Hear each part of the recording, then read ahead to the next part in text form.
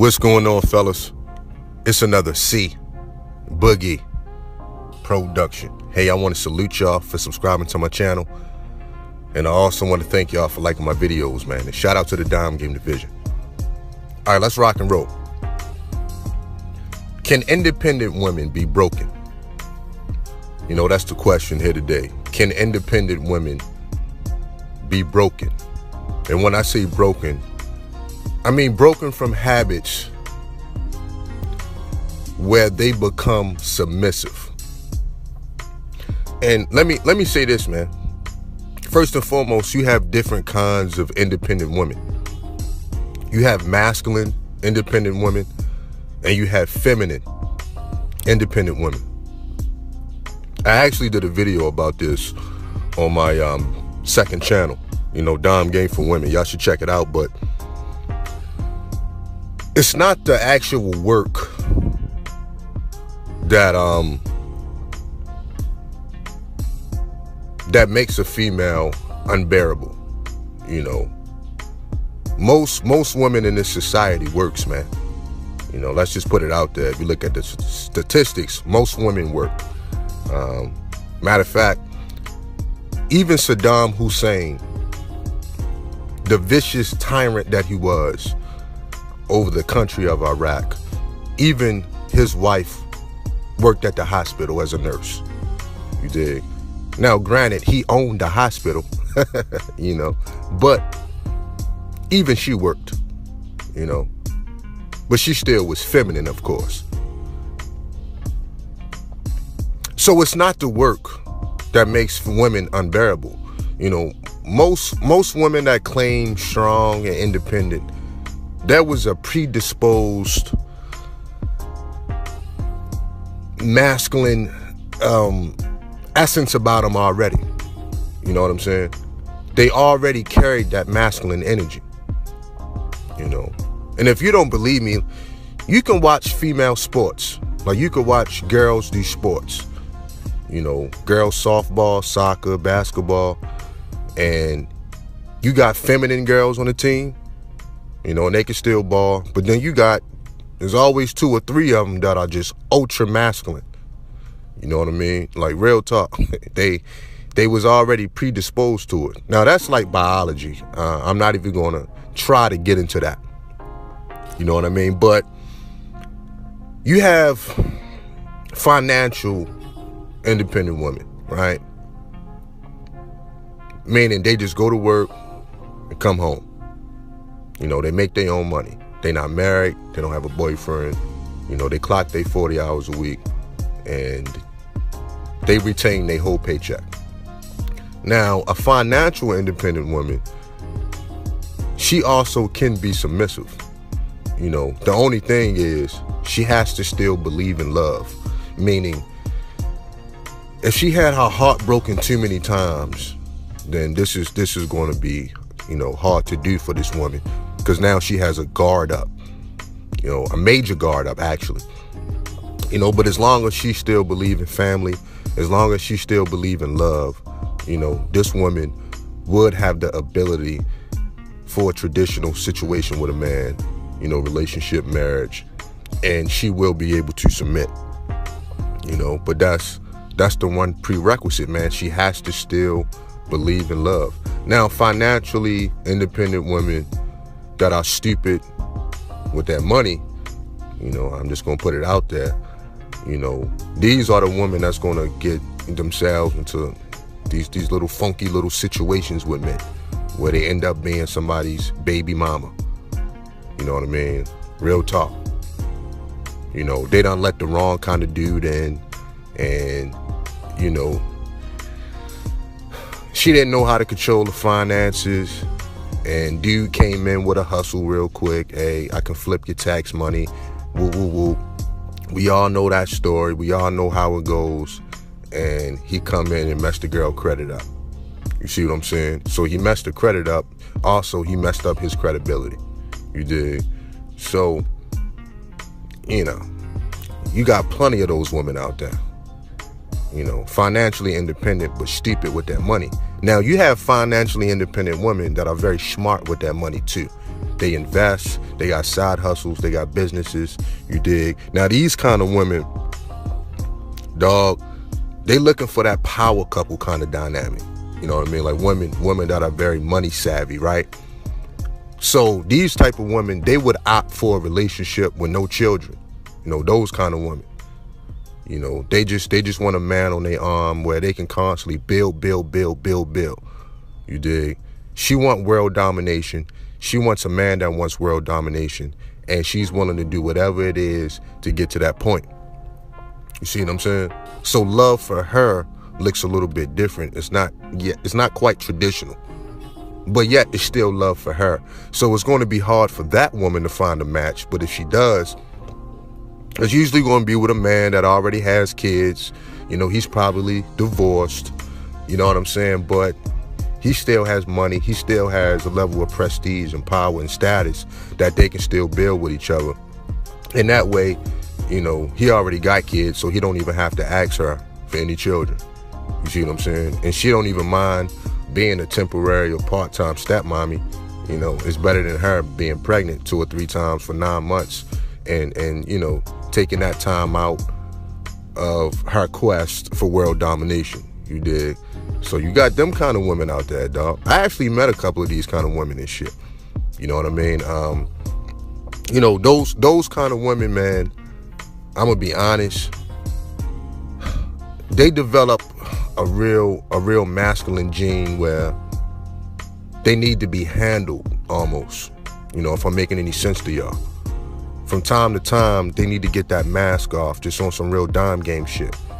You know what I mean? So those kind of women, when they not in long-term relationships or when they not in a marriage with a man that's, you know, like I say, going back to the world domination piece, yeah, they looking for the dime game.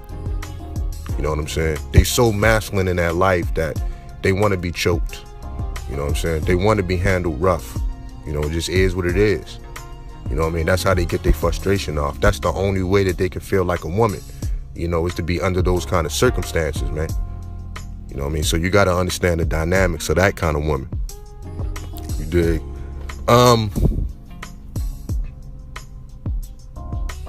So the question is, can independent women be broken? You know, but it's more than one kind of independent woman. You know what I mean? You got to understand. And really, an independent woman that wears that on her sleeve, that's almost proud of it, you got to look at her background, because she may not even have a father there, you know, or the father wasn't a constant presence in her life. Because even if a woman that works and she, you know, just want to make her own money, she still understands the importance of a man. You know what I'm saying? Real talk. She still understands the importance and the value of a strong, competent man. You dig? It's like my grandfather and my grandmother. You know, my grandfather was a concrete mason, one of the best in Baltimore. But then he fell off a roof, you know, working. And he obviously couldn't work no more. And my grandmother and granddad had 7 kids. You know what I mean? They had a lot. But that's how the couples back in the day used to have them. Pop them out left and right. 2 years apart, a year apart sometimes. And then my grandmother had to go to work. You know, she was educated. So when it was time for, you know, my granddad to fall back, you know, he collected his little Social Security and his pension, you know, from his job. But my grandmother had to step up. You know what I'm saying? So it just was what it was. But she still recognized the value of a good man at home. You know what I mean? She understood that. It was just the circumstances that made her step up to go to work. You know what I'm saying? So yeah, a lot of these women, they don't have fathers in their life, man. You know what I'm saying? So any woman that's screaming that I don't need no man shit, you know what I'm saying? Or they just got a real disdain for men. You know, you got to look at her personal life, man. You got to check out the relationships with the men in her family. And that'll tell you a lot, you know. And most times, they are red flags to stay away. Real talk. They are red flags to stay away. Because like I say, a woman like that, yeah, man, she definitely gonna need to be handled. You know, and let me zone in on black women specifically. You know, black women, you know, a lot of times, man, you know, because of the psychological aspects to, you know, black people in this environment, in this society, black women put themselves in a certain position where it's just a whole group of men that, just to make it plain, they don't really have a use for. You know what I mean? I'm gonna be honest, because it's a lot of black women in corporate America. And as far as hypergamy go, you know, y'all love that word, then the hypergamy aspects would be, well, white men will be the top of that food chain, right? You see what I'm saying? So if that's the case, then if hypergamy kicking in, then where y'all think these women gonna go? They only gonna go up. Or, you know,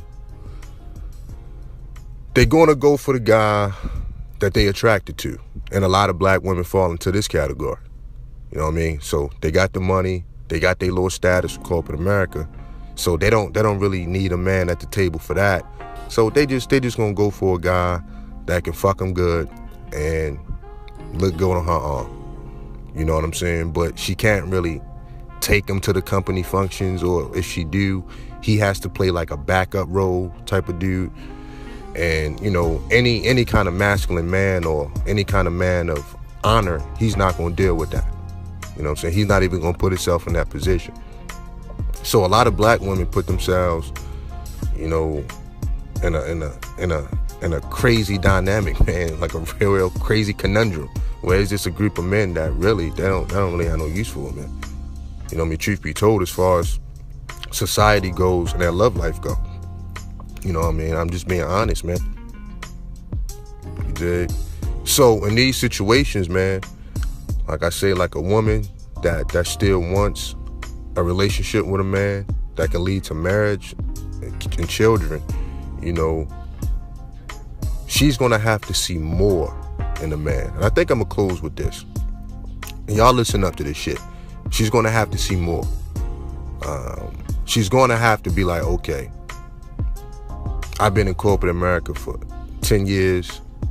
I have this, I have stocks, I have, you know, a good 401k, I got a good life insurance policy, I got my house, I got my vehicles, I got everything down pat.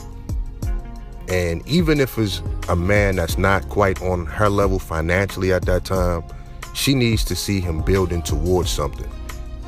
Even if this man created a small warehouse in his garage and he quit his job that he was making good money at to step out on faith to follow his dream, but she see him working hard every day, chipping away at it. You know what I mean? And he's disciplined. You know, she'll go for that guy, because you know why? Here's the major key. That's a man that she could be proud of. You know what I'm saying? And ultimately, man, that's what women want on their arm. A man that got it out the mud from a mustard seed, and he built it little by little, brick by brick. You know, so he went from the garage to a small storage unit to the medium warehouse, and now he has a large warehouse with 30 employees. She watched him work towards that. Now that man right there is going to have the ultimate confidence. He knows what he's doing. You know what I mean? And a real independent woman, she can give money to that man and he know what to do with it. She trusts him. You see what I'm saying? So that'd be her ideal type. Women love a man that they can be proud of on their arm, dog. Don't get it twisted, man. Don't get it twisted. You know what I mean? That's the ultimate gratification that a woman gets when she's out with her man. You know, when she up under the nook and holding them tight. So as men, if you're not proud of yourself, you think a woman gonna be proud of you, dog? I'm gonna say that one more time and I'm gonna shut this down. As a man, if you're not proud of yourself, do you really expect a woman to be proud of you, dog? Think about that. Shout out to the Dime Game Division. Peace.